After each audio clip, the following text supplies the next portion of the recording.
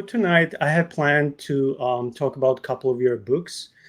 The first one is the one that intrigued me the most, especially nowadays with all these supernatural stories or people witnessing supposedly UFOs and aliens. So I wanted to start this chat tonight discussion based on your book, which you called "Lights in the Sky" and "Little Gray Man." In that, in your data, all the information that you pile up over the years, you said that 99% of UFO eyewitness reports are they're able to be Able to identified. be Sorry for that. identified. I'm looking Yeah. at my notes. Okay, and it says including hoaxes, but then in 1% of all those data, they're not able to be identified. And then when you mention in the 99%, you mentioned Planet Venus. You mentioned some of the projects that the military and scientists may be performing. So I thought maybe we can start with those 99% of when people Sure. will contact you, and what would you usually tell them?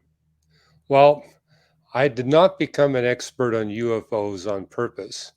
What happened is every university I participated in, when they found out that I was an amateur astronomer before becoming a professional astronomer, they said, "Oh, you know the night sky. We're going to have you handle all the UFO reports we get." So from age 16 onwards, I wound up having to deal literally with thousands of people claiming to see UFOs.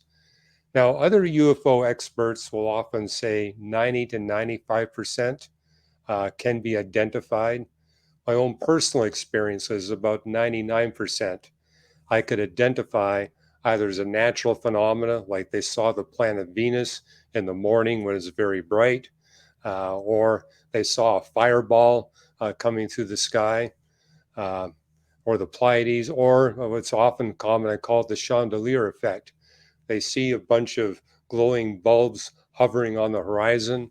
I say, well, was there a pane of glass between you and what you were seeing? And it's a reflection of a chandelier behind them. And then there's, military. So I made it a point to be up to date on, the secret military aircraft that are being developed, and also hoaxes. I mean, universities, especially, I've found that undergraduate students love to pull off UFO hoaxes and get reported in the newspapers.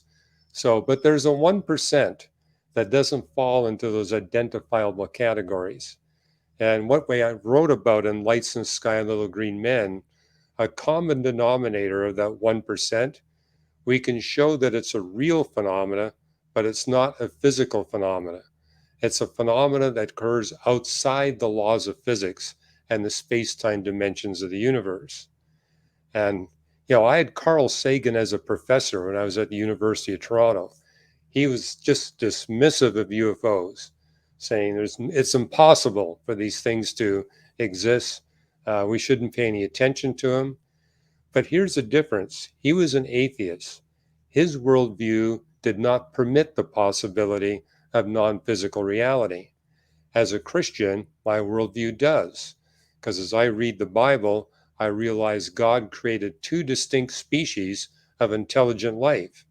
We human beings that are subject to the laws of physics of the universe, and angels that are not subject to the laws of physics of the universe.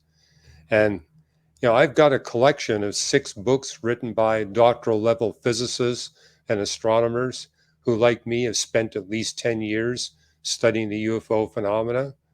Where they all agree is that 1% or 5% that they were looking at that's not identifiable, they call it interdimensional.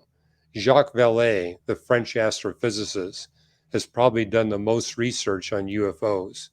And he says we're dealing with something that's interdimensional, something that's operating outside of the space time dimensions of the universe. And I would concur with his conclusions.